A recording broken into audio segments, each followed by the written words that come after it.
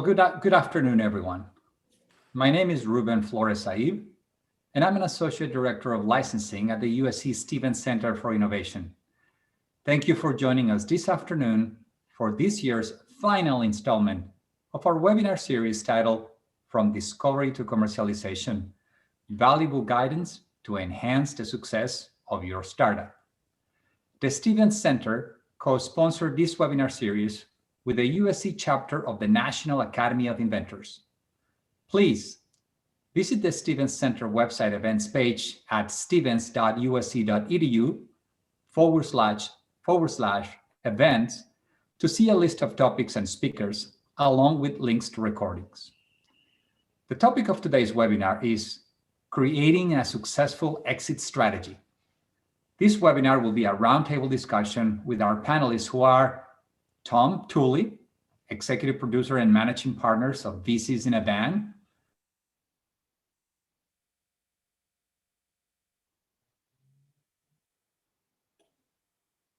I will ask Tom and Mark to say a little bit about themselves as part of the discussion. We're very excited to have them join us today. One housekeeping note before we begin. Attendees can submit questions in the Zoom Q&A feature during the webinar. I will monitor the questions during the webinar, and we will address as many of them as time allows at the end. We are recording the presentation, and we will let you know when it is posted on YouTube. So let's get started. Mark and Tom, I am thrilled and I'm super excited that you are joining us to close and wrap our webinar series today.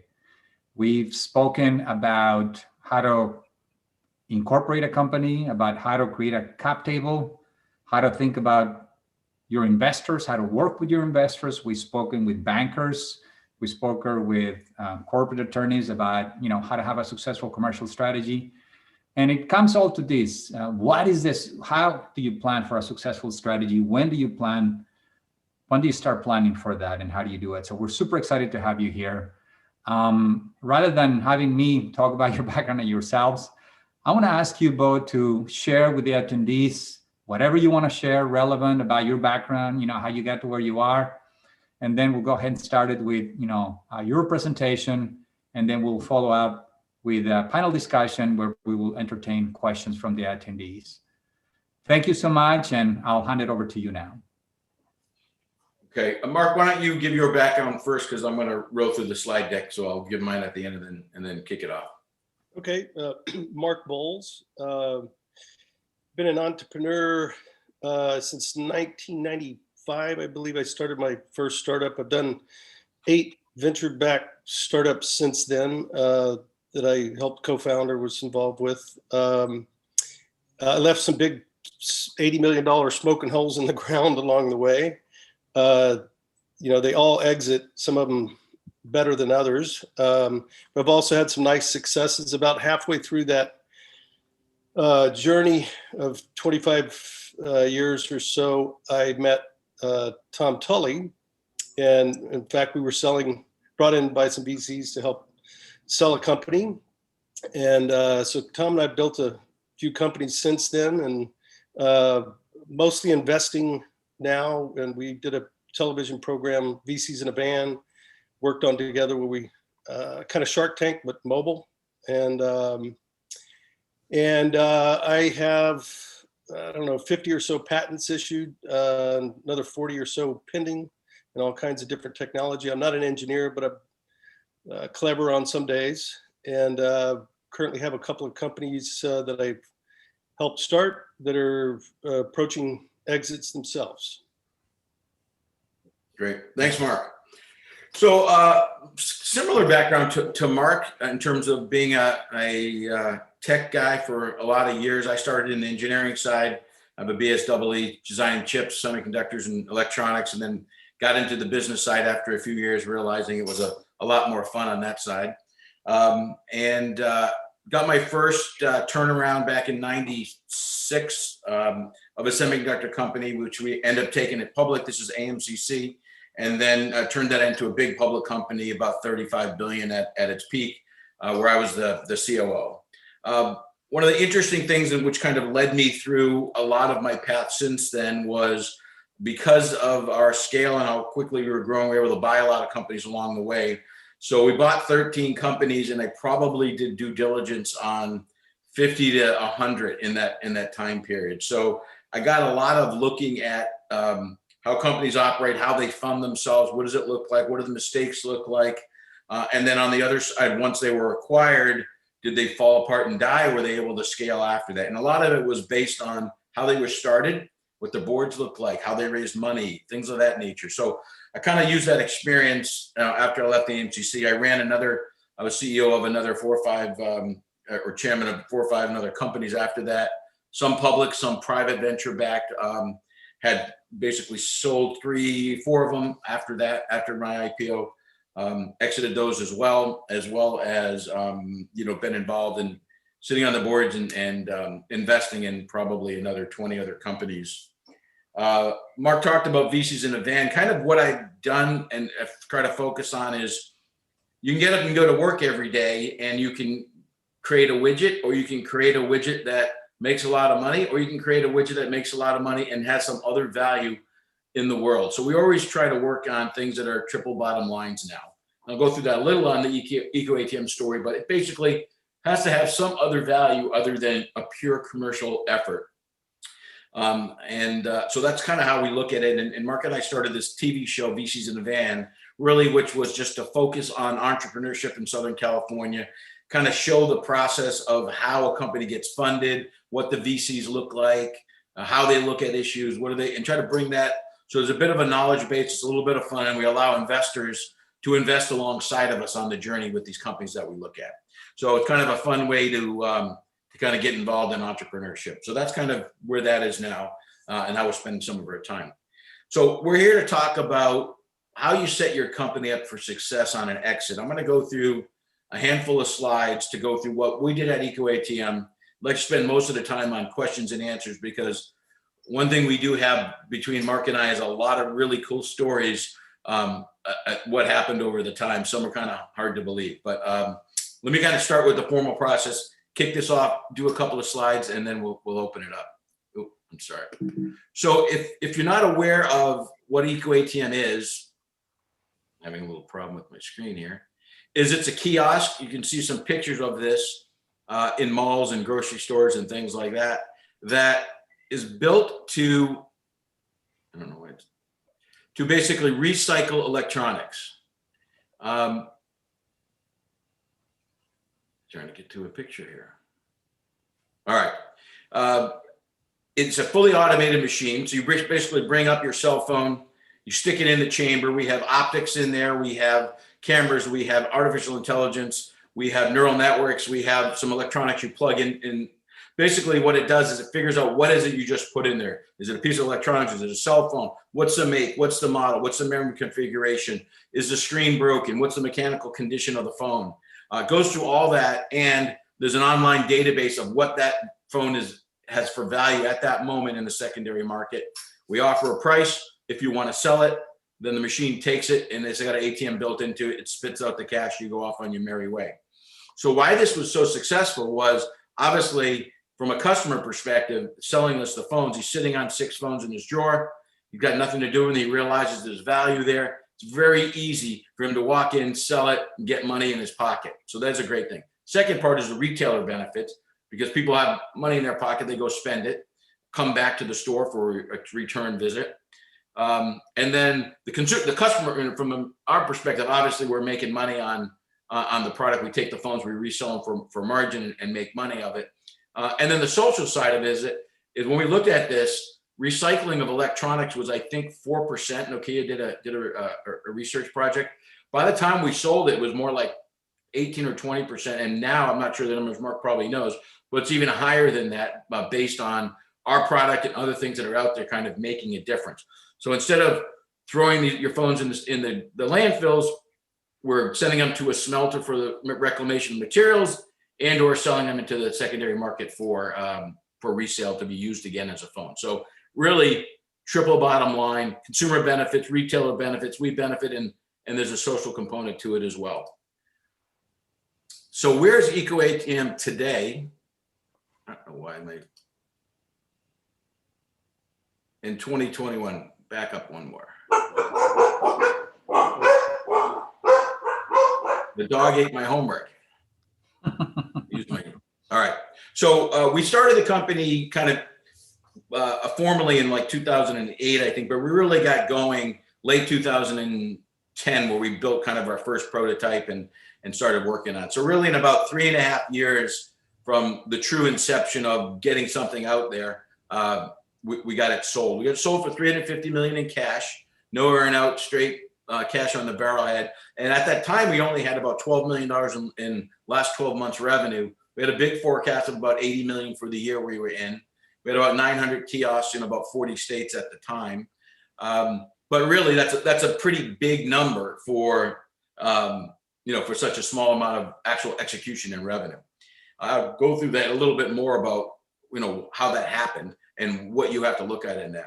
The company was then acquired by after AutoWall bought it. AutoWall had the Red Box, Coinstar, and us as kind of three legs of their stool. They sold to Apollo and then split those three businesses up. So right now, ecoATM has its own private company with desires to get back out as a public company and go IPO.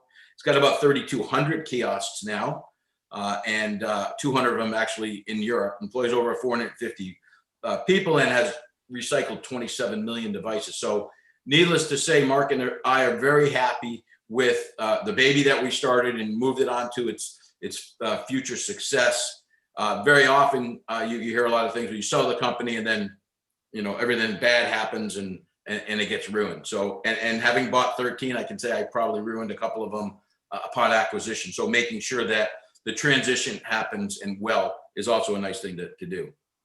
So what do you need to do in terms of build the companies for success? So a lot of entrepreneurs look at building a business. They think about where the business wants to be and what's the next product and how to get into great customers and all this sort of stuff, but they don't think about the corporate side. And by that, I mean overlay what you need to do before the next fundraising and think about where you want to be at the end of the process, not just what the business needs. And you have to overlay those two things. They may not do the same thing. So for instance, if you need to raise $1 million and all you have to do is have a proof of concept, don't work on customers at that point, right? Don't spend your effort on there. We'll only work on the one thing. So what we did is build a plan in the very beginning, said that we want an IPO ready company by 2014. That was our desire. And then we backed into that. How much money are we going to need to get there? 50 million. Okay, let's figure out what do we want? Like, what are the tranches we need to raise that 50 million? And how do we do it at maximizing our value at each one of those transition points? And then the last point is maximizing our exit options.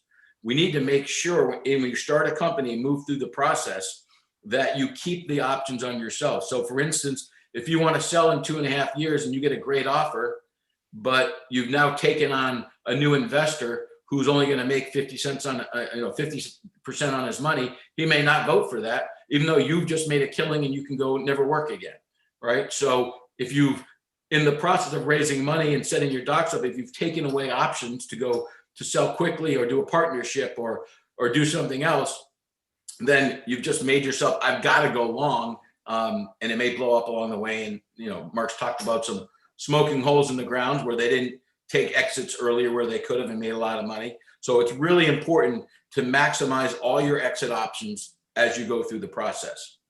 So when we looked at that, okay, well, what do we want to have in there? What's the corporate development? We very clearly understood how much money we were going to raise in the first round, what we needed to accomplish, and make sure we don't go after things. So for instance, when we're building the first set of prototypes and testing in malls, Walmart wanted us to put some machines in theirs.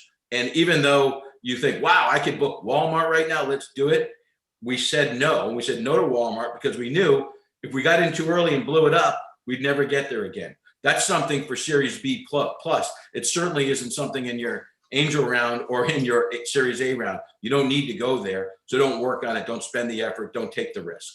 That sort of a thing. We also wanted to have some strategic investors involved in the business, 1 to 3, depending on our ability to manage, both from learning from them, having them help us get connections, and also perhaps leveraging a deal with them where they get to see us working and sell the company to them for a good number.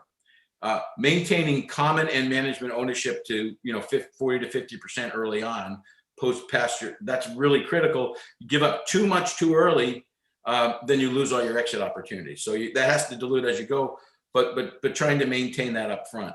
Balanced board. Let's not have 3 venture capitalists, 3 financial guys on, all without we call it, I don't want to say this on the big thing, but competing with each other for seeing who's boss, right? So when you get too many VCs around one table, it doesn't make for a good board room early on.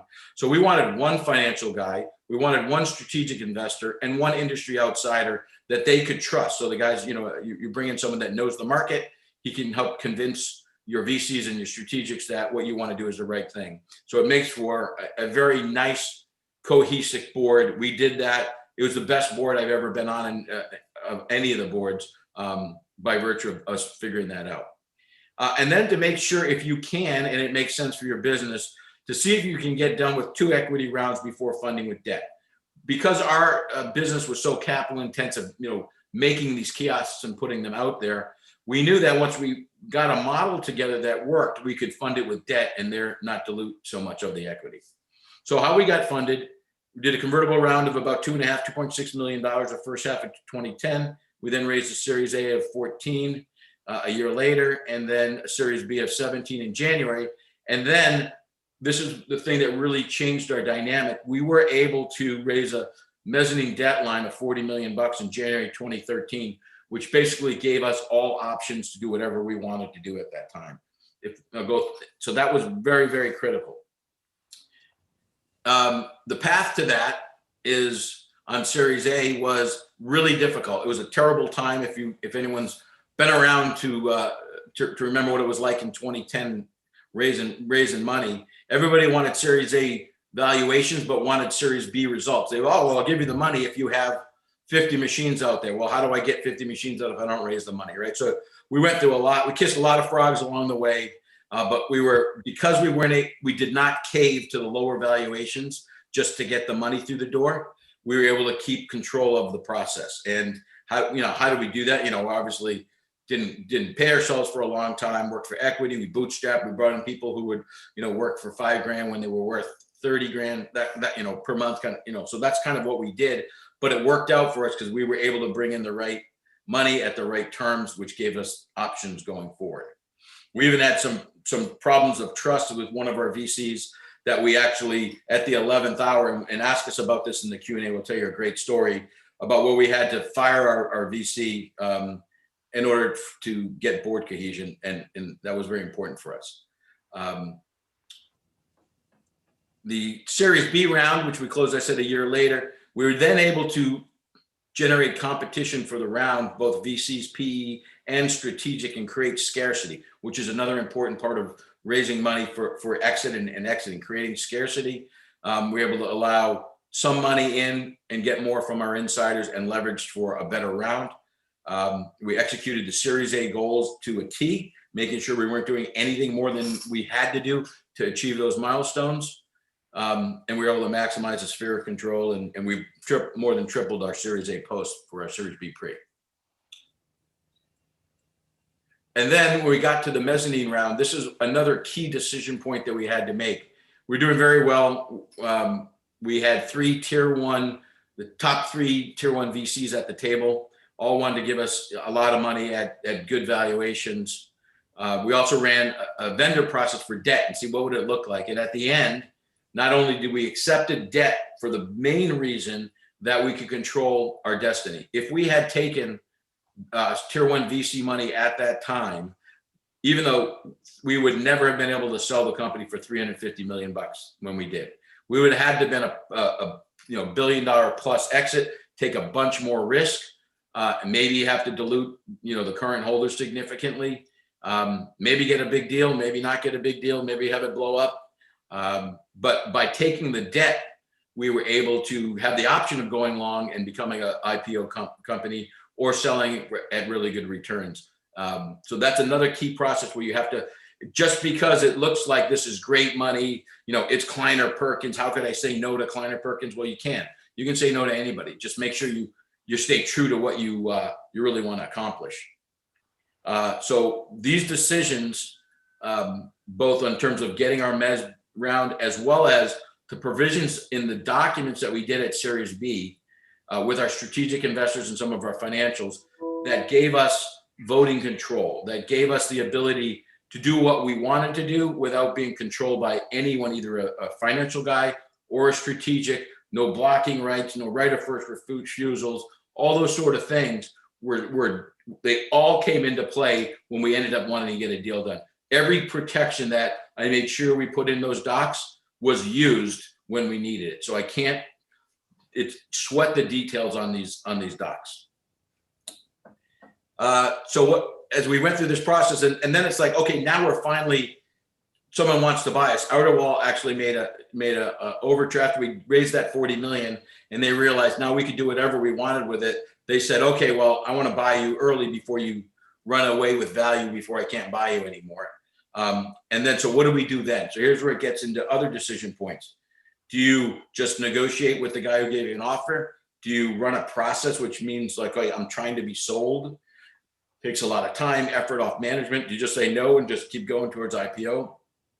So working through those, what we decided to do was we would do a limited process with Coinstar, Outer Wall, and put some feelers out to a handful of guys who could pay big numbers for the business, but not run a process, because we wouldn't get out there trying to sell the company, et cetera. And we used that leverage with a time frame that said, okay, we're going to do this for 30 days, 60 days, whatever the number was. And at the end of that process, either we got a deal or not, we're going back to our knitting, okay? And as I mentioned, throughout this process, so just so you get context, Outer Wall offered us $75 million cash. That was their offer at that time, okay? So they're a board member, right? They're important. You can't piss them off, but you have to negotiate through the process. So we very intelligently went through the process, moving up the numbers, to the point where it got down to the 11th hour, and I ended up coming back and say, we're not taking an earn out. We want to go IPO. We think we're worth 500 plus in a year from now. For you to take the risk off, the risk reward right now is it has to be 350. It has to be cash. There's no earn out. There's no anything. That's the deal. Take it or leave it. We're going back to our knitting, and it worked. So the key to that was we had phenomenal revenue multiples. Right, our Series A investors got 15 times back on their money. The employees did great. The acquirer did well as well, even though they paid that number, because in Series B, we allowed them to invest more money without giving them control rights to that. So instead of them having to pay another venture capitalist their return, they paid themselves. So it allowed them to go higher. One of those things you can do strategically and when you're negotiating your investments. So that was really key. And I think the biggest key on the takeaways from that is strategic investors are an excellent path, both from helping the company go places, from proving to your venture guys that you got a good deal. Well, geez, if Outer Wall would invest in a kiosk company, they must have something, I don't have to do diligence as much, right? Or I'll pay more. So it gives you great credibility. It gives you help, and it gives you a potential acquirer. The key is making sure that you control your docs and you build a balanced board around them such that the control issues are in control. Keep your options open, create scarcity. And the last point, the most important thing, making sure in between your rounds on the way to liquidity, you do what you say you're going to do, and you don't do anything that you don't need to do to get that next round. And then trust yourself. And that happens, trust what you set out to do, and it usually works. So with that, I'll turn it over to Ruben, and we can ask some questions and tell some stories. That is phenomenal. I really enjoy your story. I really enjoy how you laid it all out. And I have a bunch of questions for you guys. I want to get started, and then we'll invite all the attendees to chime in and send in some questions. So let's just start at the beginning. I want to understand how much of what happened that you just described, Tom, was actually set up at the beginning. How much of this was engineer at the beginning? How did you and Mark, did you guys start working together at this at the beginning? At what point did both of you work on this together and start engineering right from the get-go? This is how we wanna take limited capital. We wanna find a strategic. How did that get started? Let's talk about that first. Yeah, so Mark, we had sold our last company. Mark was thinking of what to do next. He came up with this idea, trying to figure out how to go do it. I was just more talking about maybe throwing him some money and all that sort of thing. And as this thing got more baked into a good idea, Mark then convinced me to join him and run the marketing, all the creative stuff, and get all this marketing thing done. And you go run the company and get us funded. And so I agreed to jump in. We actually built a prototype without any electronics in it, just kind of a not cardboard, but a wooden box with a touchscreen on it. We put it in Nebraska Furniture. Mark is a smart dude. He had me fly out there to Nebraska and watch the lines form. And then he got me to sign my employment agreement that day in Nebraska. So that's how he got me in. You know, we hadn't raised any money, but he said this concept was going to scale. When I stood in the line and I asked, I saw people lining up with phones that were junk and not worth anything, still glad that they wait in line to put it in so it didn't get thrown away. And people happy when they got a buck or two. I said, wow, this is going to scale. So that's how we got started. And then I kind of went into the process of how we're going to raise money and what we're going to do. And I would say 80% of what I just shared with you was in my mind on day one, because my experience, having bought 13, seeing that some of those board dynamics blowing up and killing companies and people and then using Mark's experience, where one of his deal, I think he turned down $800 million. It was a big number they turned down, and it ended up being zero because the board wanted to go long and these sort of things. So using Mark's experience, my experience, we drafted most of those things, and then we worked it along the way. Mark, we can't hear you, Mark. Yeah, I'll add to that. I think Tom had obviously had a ton of experience buy side and so forth. I had learned my lessons the hard way by just making a bunch of mistakes. And so by the time we both got together at ecoATM, we had a pretty good sense about all the ways to mess stuff up and how to avoid that.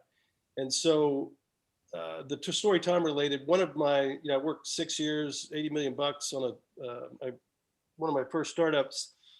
And this was in the 2000 timeframe. And we actually had a public company give us a verbal, offer of about $750 million.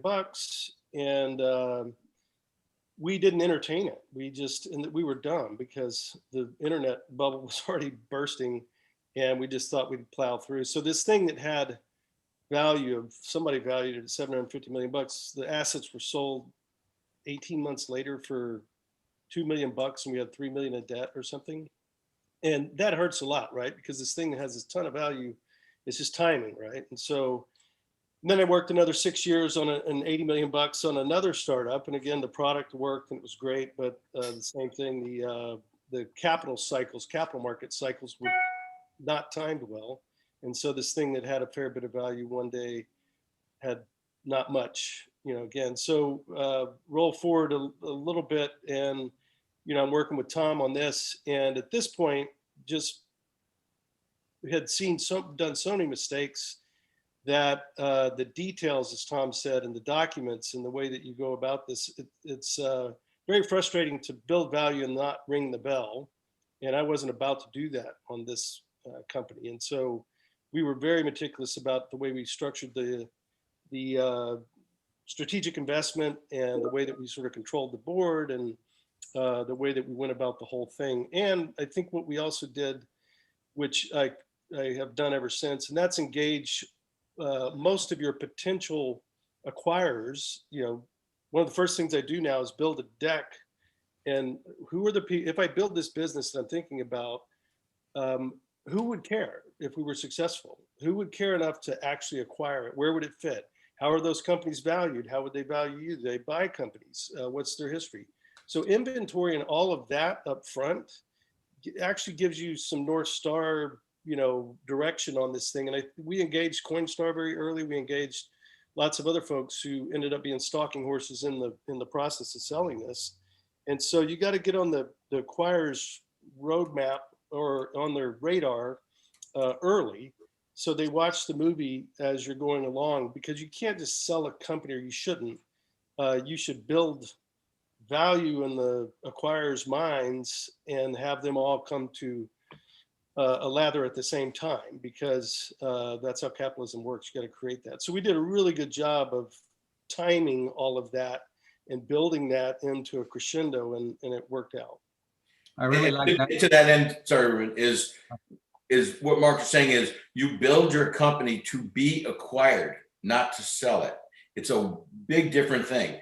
As I mentioned, I acquired 13 companies. Some I acquired and some I bought that were being sold. I can guarantee you I paid a lot more for the ones I acquired than the ones that I bought because they were being sold.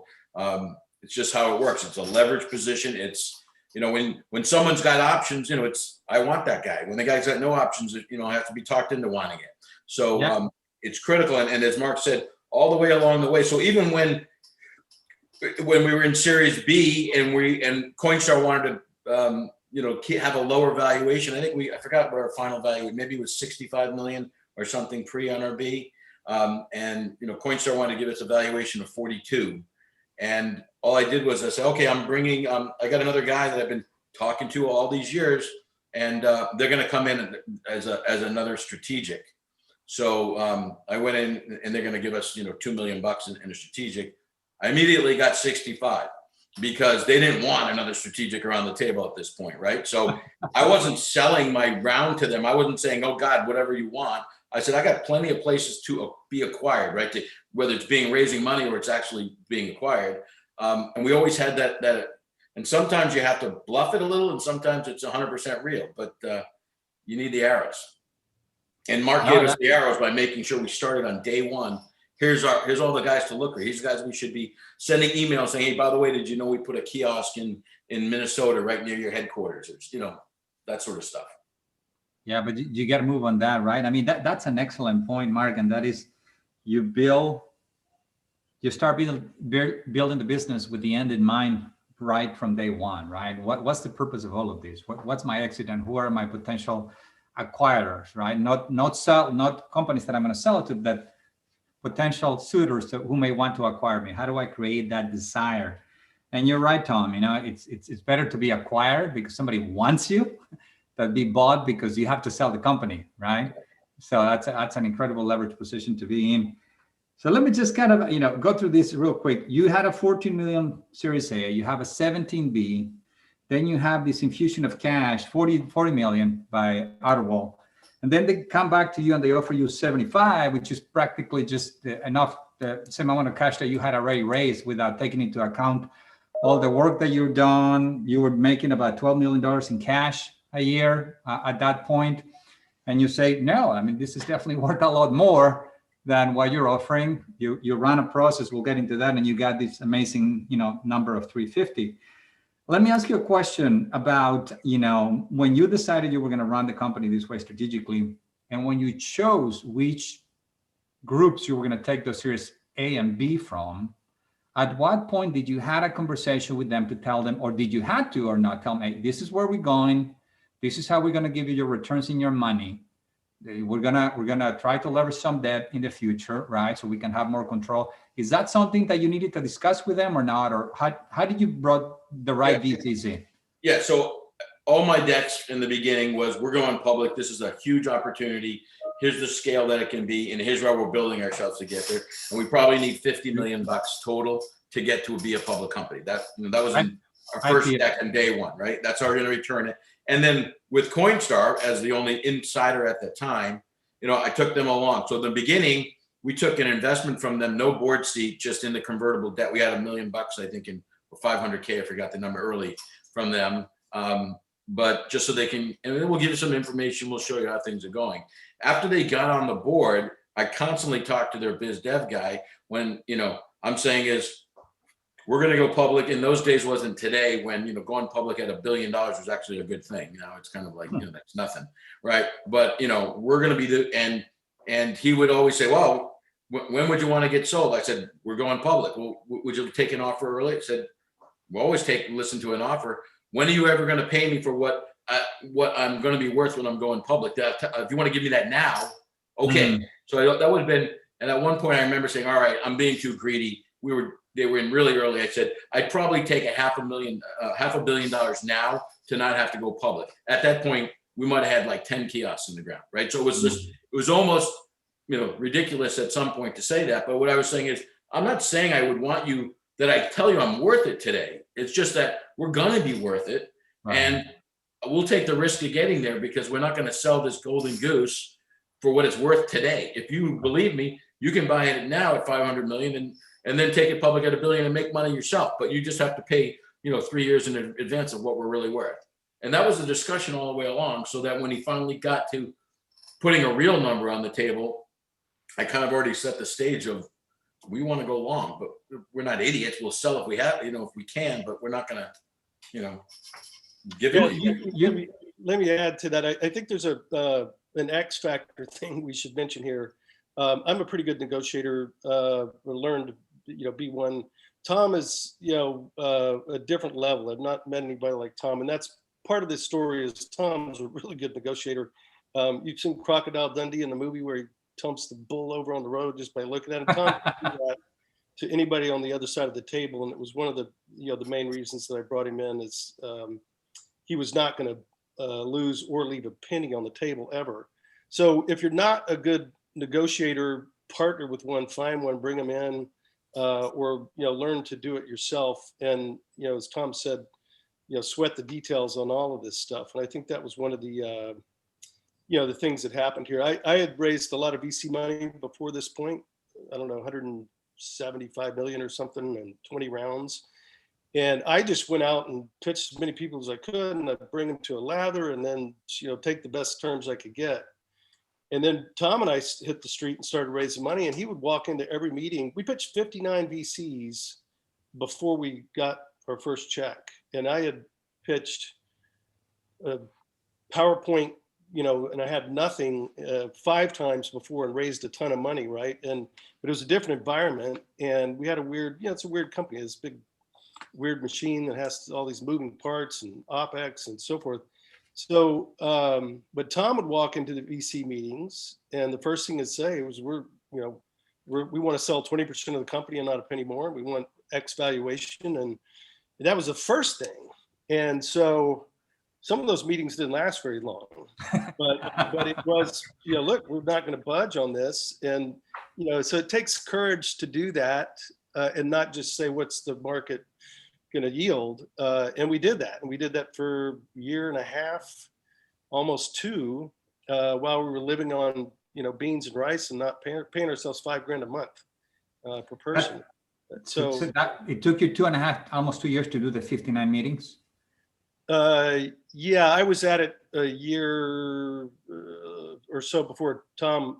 Yeah. So I came in at the end of 2010, and we got that raised. So it probably took a good year once I got involved and we had more of a real company versus just to get that. We raised a convertible note along the way, right? But to get the Series A closed, I think we closed in January or November or something like that. So yeah, it was a good year of that 60 VCs, on a road, me and Mark making it happen. And just to make it not look like I'm so pompous walking into a VC meeting saying this is what it is, take it or leave it. It wasn't because I was trying to just say, be greedy. It was that I mapped out the strategies I talked about in my presentation, is that if we gave up, more than that, and then what we would have to give up in Series B, we would start to lose our optionality, meaning what's in it for us. We were very generous, Mark and I, to give a lot of stock out to all of our employees and all that sort of stuff, right? So we don't keep it all for ourselves.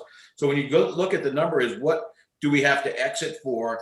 Well, if we had taken some of those term sheets that guys wanted to give us early and diluted at that point, we probably wouldn't have sold for 350 because we wouldn't have made enough money to make it worthwhile for us, just because of how the dilution would have worked, right? We would have had to go long. So it would force one of the options. So by being, and I believed that we were worth it, and I would believe what I was saying.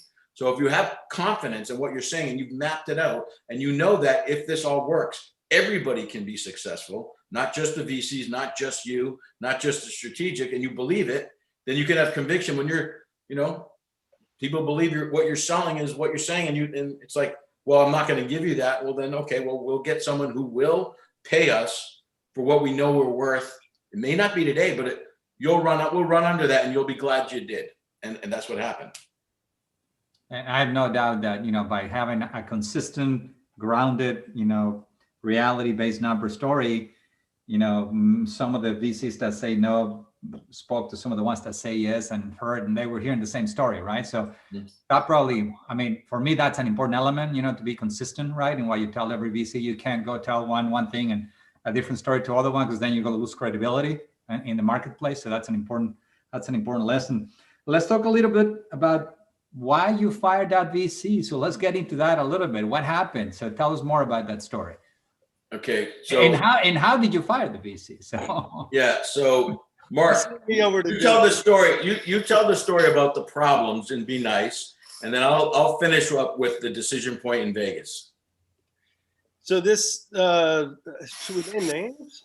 Okay, we'll leave it. It's you could. It's a very large VC. Maybe the biggest in the world. Let's leave it at that. Yeah, and he's actually a friend of mine. Was a friend of mine before this. He was a friend after, but yeah, he got. He was at the 11th hour, and he was going to invest, and he was excited about it, but he wanted to try to. He had some emotional scars, let's say, from a previous investment, another company that I was involved with. I started.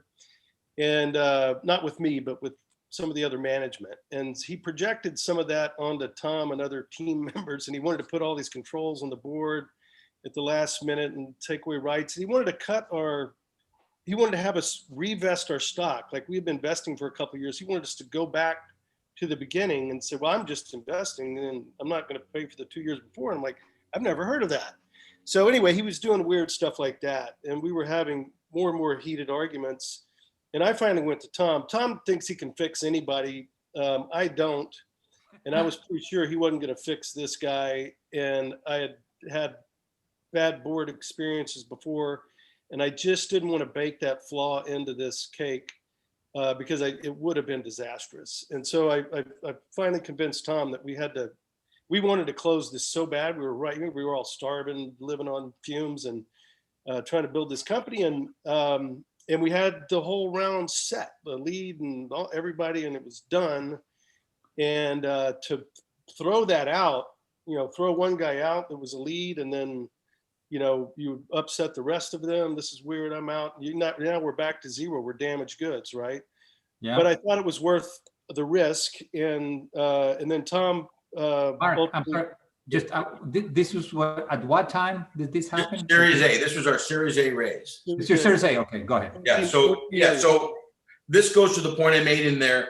Board dynamics are extremely important, right? So make sure when you choose that VC, you're not going to. So we at that point, and Mark having seen some bad board dynamics in previous companies, VCs doing this or whatever with management, we said this can kill a company. And I'm not saying he necessarily would have done that, but if it's this contentious right now before we close, what's going to happen in our first board meeting when we have a problem? So we figured, you know what? It's just the wrong way to start a relationship. Yes, we're out of money. I'll have to write another check maybe to get us through the next month, but let's go back. So what we decided was we told him he's out.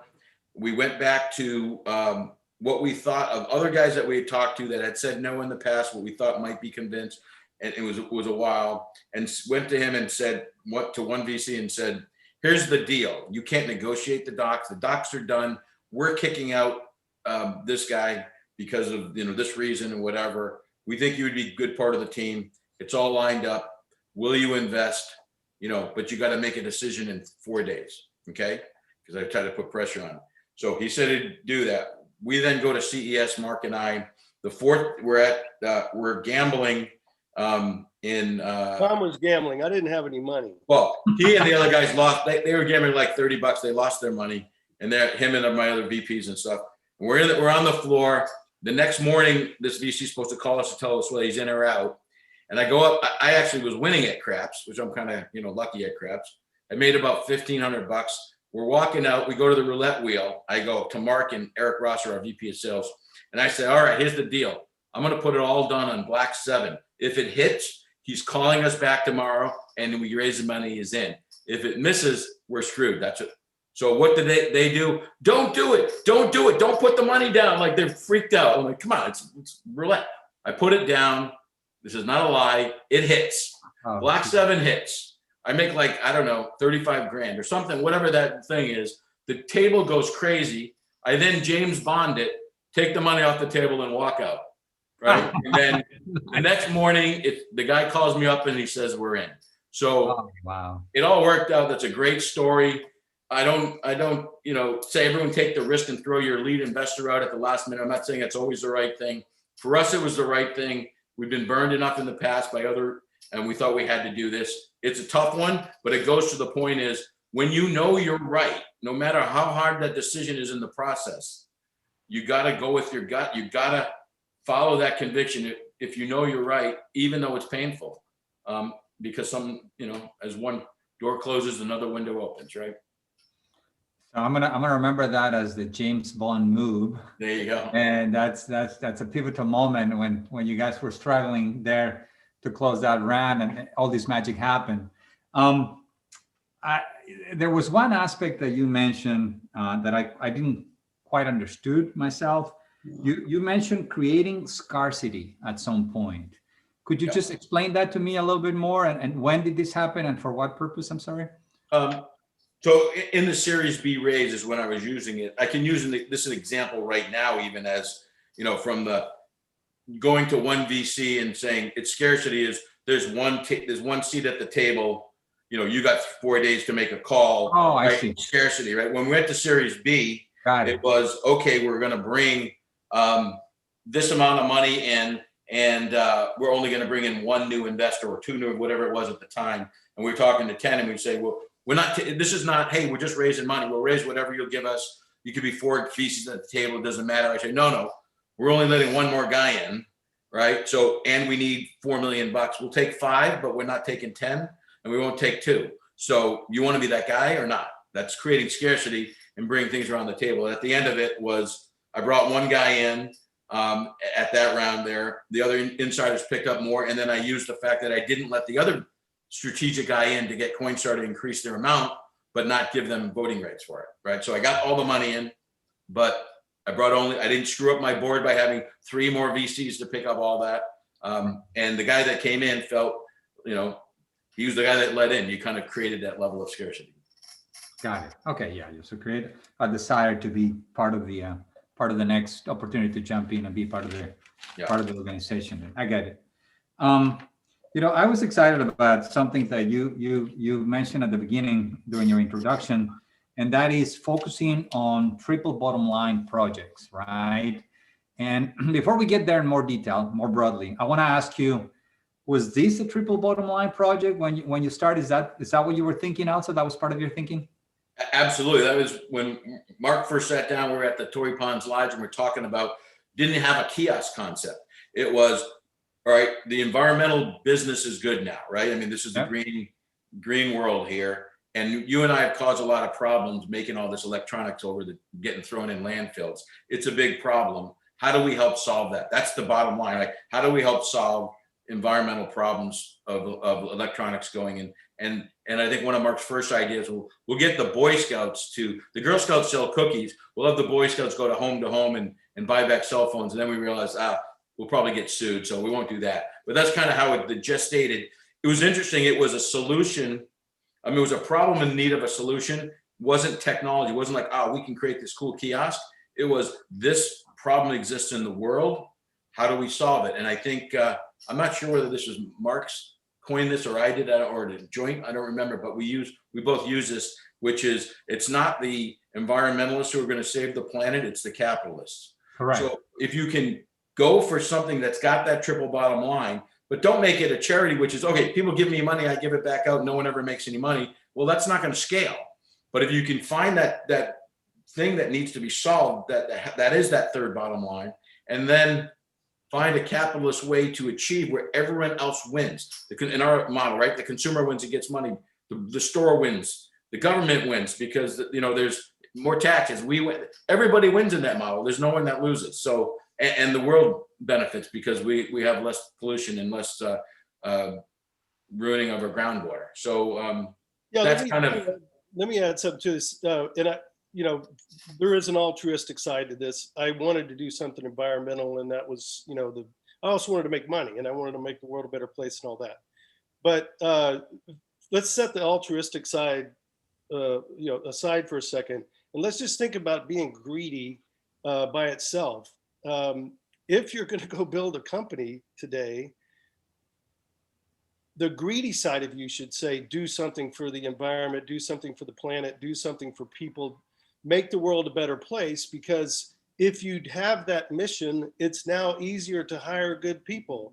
Good people don't work on bad missions. It's hard to build teams. It's hard for everybody to get up and work, you know, and go to work in the morning and, you know, tell their husband or their wife or their kids, you know, I'm going in to build something that's not good for the planet. If their families end up feeling like they're on the mission, it becomes a team and a family. And if you're going to start a company, I mean, the world needs bomb fuses, I guess, but that's not going to be an exciting thing for, you know, to build teams and that are highly performing and highly executing, right? So just from the greedy side, if you're greedy and you don't care about the planet, it's still a smart thing to do. So pick a mission that people want to work on. You know, this will be a good time for me to introduce this concept, right? That or idea or fact that most, if not all, of the research done at universities, it's by the fact that it's trying to solve very basic problems. It's good for everybody. It's good for the planet. It's good for the economy. The research done at universities is trying to solve fundamental basic problems that humanity has, right? Social, economic, you know, medical, what have you, right? And most of the people attending grad school, professors, most of them come to this for a good reason. They want to help solve a fundamental society problem. And that's one of the advantages from an investor perspective of the people that you're going to be working with, right? The other aspect is the fact that those discoveries, that research is funded by our tax dollars, by the federal government. So both you and I are paying for this research.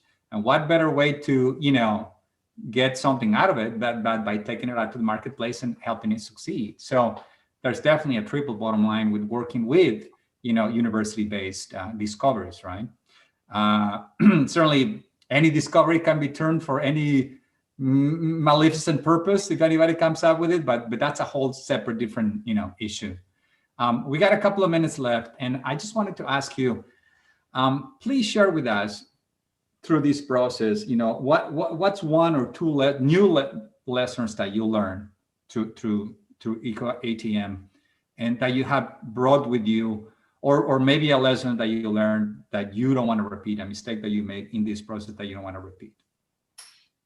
Mark, I'll let you start and then I'll. Yeah, so I think I didn't evolve to this. I'm probably not as smart as most of the people watching this. It took me 2 or 3 startups before I, you know, started to coalesce a lot of these lessons. But essentially, I think the main lesson is that whether you like it or not, if you raise capital, you become an investment vehicle. Investment vehicles are buy low, sell high. You know, your investors want to make money. So you have to exit at some point, and they all exit, but not very many of them ring the bell, right? And you want to be one that does, and you want to, you know, make the best exit you can for everybody. So you have to think about it as an exit. If people ask you, you know, and rank and file employees, you have to talk about, we're just building a fundamental business and, you know, we're going to, you know, make the world a better place. But your exec staff and board, and you really do have to be thinking about the exit from day one, and you have to engineer it from the very beginning. And you may get it wrong the first day and your plan doesn't work out and you modify it, and you should, but you have to be engineering the exit from day one, because there's just nothing more frustrating than executing and doing a good job. And I've been involved in these where you end up getting an exit that is a third or a fifth or what it could have been, because you just didn't work it through. And the unfortunate but true fact is that the you can create a company and build a lot of value, and that same company can exit for X or 5X or 10X, depending on how well you manage that process at the end. And the tangible value you build is one thing. The value you build on top of that, just through being smart about the way you engineer it and structure it and create competition at the point of being acquired, and have started that years before, where you have all these, slow heartbeat companies finally watching you and bring them to crescendo at the same time. It's a hard thing to do, but it is where most of the value is. It really is, in my experience. The tangible value is X, and the stuff on top of that you have to engineer, and it doesn't just take care of itself. And yeah, I'll add one thing in terms of alignment of interests. Is probably the most important thing through the process. And I'll even from the perspective of whether your investment is pari passu between A and B, whether there's a preference, whether there's and I've done deals as an investor where I've been in the position of, I can be a little more greedy and get a 1x, 1.5x, 2x preference above the last round because I'm coming in to save it, thinking that's actually good for me. But the reality, what it did was it aligned my interests differently than the people behind me, or maybe management. And then, so for me to actually achieve success as an investor, I'm now not aligned, and therefore maybe I actually don't get it done. Maybe this thing blows up because I want to sell it, because if I'm preference and we can sell it for $10 million and I make money and everyone else doesn't, that's good for me. Well, it ain't going to happen. You're not going to sell it because these guys aren't behind it. So taking more dilution, I fight about dilution all the time, but taking dilution. So instead of saying, wow, I'll get $100 million valuation, but that investor is 2-3x preference before I get paid, I would take a $50 million valuation at 1x pari passu, right? Because you're aligned. So I think that, and I didn't realize that before this company based on, previous things in investing, but I would give up equity all day. So to be everyone aligned. Because that's the way you get it done. No one's pissed, no one's fighting. We had those controls over Coinstar, but they wanted it for their own best interest. But from an investor perspective, they did better by selling to themselves than they would have if we sold to someone else. So alignment, can't stress it enough. Amen to that. That just makes things a lot easier in terms of managing the company. Yeah.